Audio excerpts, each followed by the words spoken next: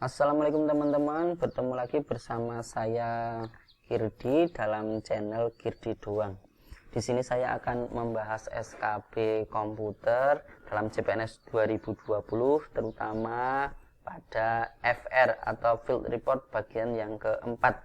Ini merupakan soal-soal yang saya dapat dari teman-teman kita yang sudah melaksanakan tes CPNS SKB langsung dari lapangan.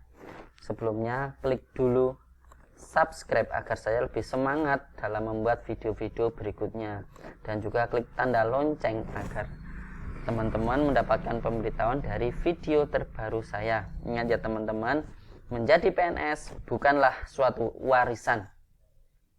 Mari kita ke FR.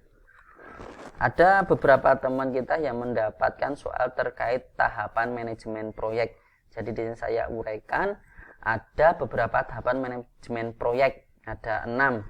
Yang A yaitu project definition atau definisian project, yang B inisialisasi proyek atau project initiation, yang C perencanaan proyek atau project planning, yang D pelaksanaan project atau project execution, yang E pemanfaatan dan pengendalian proyek atau project monitoring and control, yang F penutupan proyek atau project closure.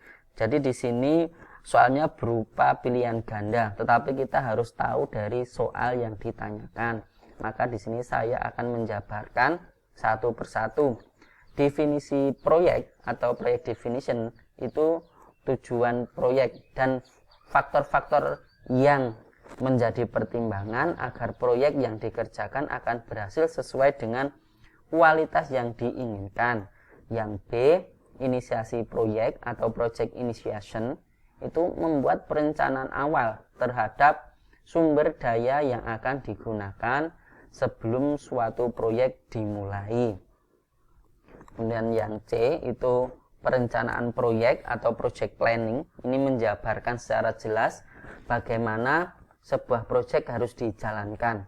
Pada tahapan ini akan terlihat segitiga manajemen, yaitu manajemen biaya, manajemen waktu, dan manajemen ruang lingkup.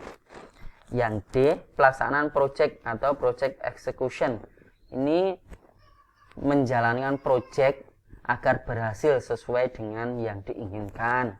Yang E, pemantauan dan pengendalian proyek atau project monitoring and control. Ini merupakan pengambilan langkah-langkah yang diperlukan agar pengoperasian proyek dapat berjalan dengan lancar.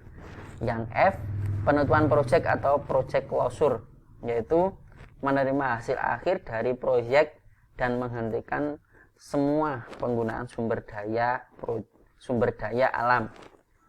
Dari manajemen proyek ini nanti pertanyaan akan berkembang. Makanya kita bahas terkait karakteristik proyek, yaitu ada 4, ada timeline atau garis waktu, yaitu proyek yang memiliki garis waktu timeline dengan titik awal dan titik akhir yang sudah terukur. Kemudian B, resource, yaitu sumber daya. Sebuah proyek memiliki sumber daya modal dan tenaga kerja yang terbatas. Kemudian C adalah tools, itu alat, menggunakan alat-alat atau tool dan teknik khusus yang digunakan untuk manajemen proyek. Yang D adalah tim. Ini memerlukan tim yang beragam dari berbagai departemen atau divisi dengan fungsinya masing-masing. Kemudian berikutnya ada lagi soal terkait sistem informasi geografis atau SIG. Ini ada beberapa komponen untuk mendapatkan SIG. Ini ada hardware, software, data, manusia, metode yang digunakan untuk menganalisa data. Diagramnya adalah sebagai berikut. Itu ada hardware, software, data, people, and methods. Ini saya jelaskan beberapa karena beberapa lagi sudah teman-teman pahami, yaitu hardware. Itu ada motherboard, ini merupakan pusat perangkat keras, jadi semua komponen harus tersalur ke dalam motherboard agar dapat berfungsi. Kemudian ada CPU ataupun prosesor, ini berfungsi untuk mengkalkulasi atau memproses data. Kemudian ada RAM, ini untuk menyimpan data secara temporal saat komputer berjalan. Kemudian printer, ini alat untuk membuat output dalam bentuk hard copy. Kemudian hard disk adalah tempat penyimpanan data. Kemudian ada monitor, itu untuk melihat data secara visual, proses dan olahan dari SIG. Selain hardware, ada juga software. Jadi bertujuannya untuk mengolah data yang ada pada SIG. Ini ada database management system, yaitu bertujuan untuk menyimpan data dengan rapi data-data SIG agar dapat digunakan dan diolah oleh software. Kemudian ada query tool, yaitu alat-alat yang bekerja sama dengan database management system untuk melakukan fungsi SQL seperti query, delete, dan insert.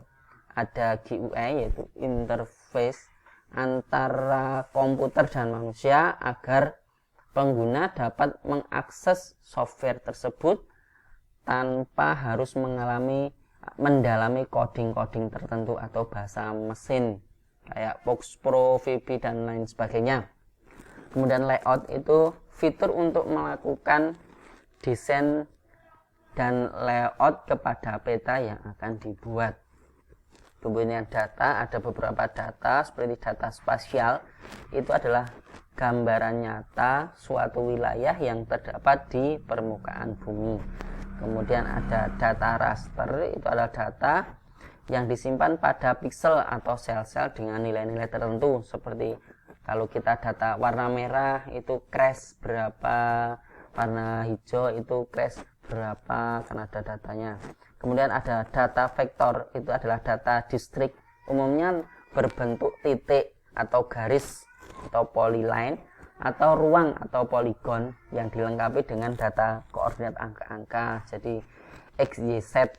Kemudian data aspasial umumnya berupa data berbentuk tabel, di mana tabel tersebut berisi informasi yang dimiliki oleh objek dalam data spasial. Kemudian soal lagi FR berikutnya adalah terkait manajemen keamanan sistem informasi. Ini ada manajemen informasi yang dikenal dengan 6P. Jadi perlu dihafal ya, 6P ada planning, policy, kemudian programs, ada protection, people, project management. Planning itu ada dalam manajemen keamanan informasi meliputi perancangan, pembuatan, dan implementasi strategi untuk mencapai tujuan. Kemudian ada policy, yaitu kebijakan.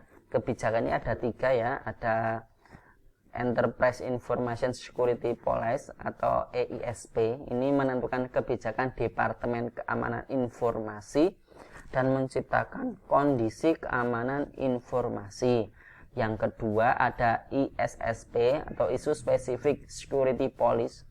Ini adalah peraturan yang menjelaskan tentang perilaku yang dapat diterima atau tidak dapat diterima dalam keamanan informasi. Yang ketiga adalah SSPS, System Specific Policy. Ini mengendalikan konfigurasi penggunaan perangkat atau teknologi secara teknis.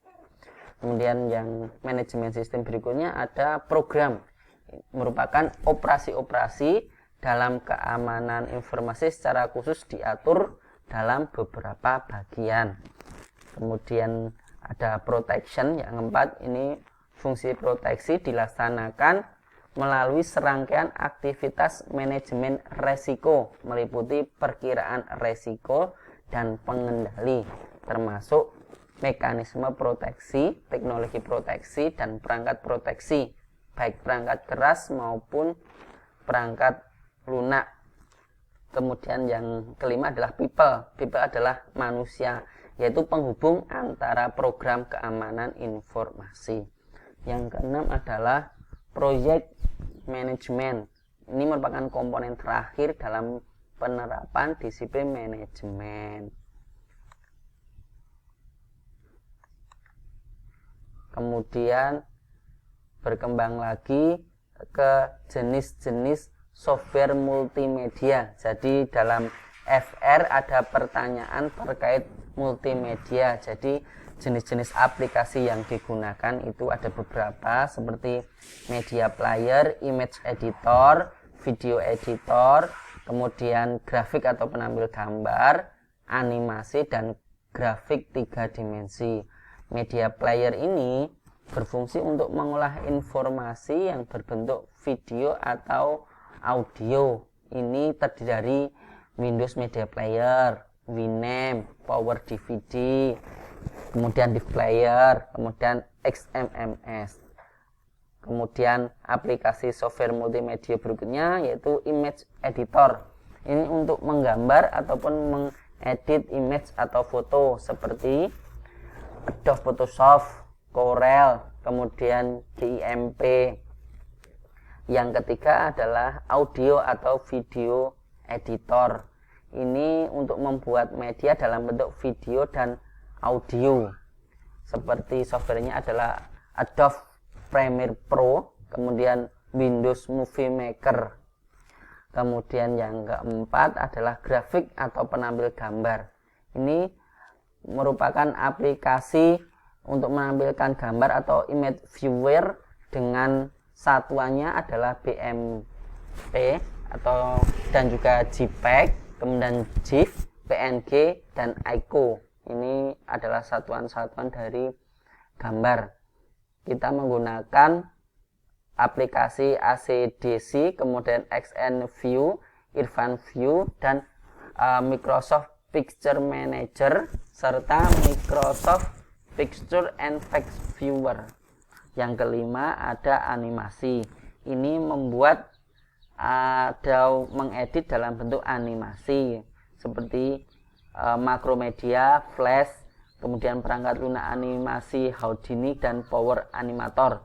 Kemudian ada juga yang keenam adalah grafik 3 dimensi. Ini dalam mengedit informasi dalam berbentuk gambar 3 dimensi seperti arsitektur Red Autodesk Maya, Blender, Max Autodesk 3D, Bioskop 4D, 3D Lightwave, mode senjata nuklir.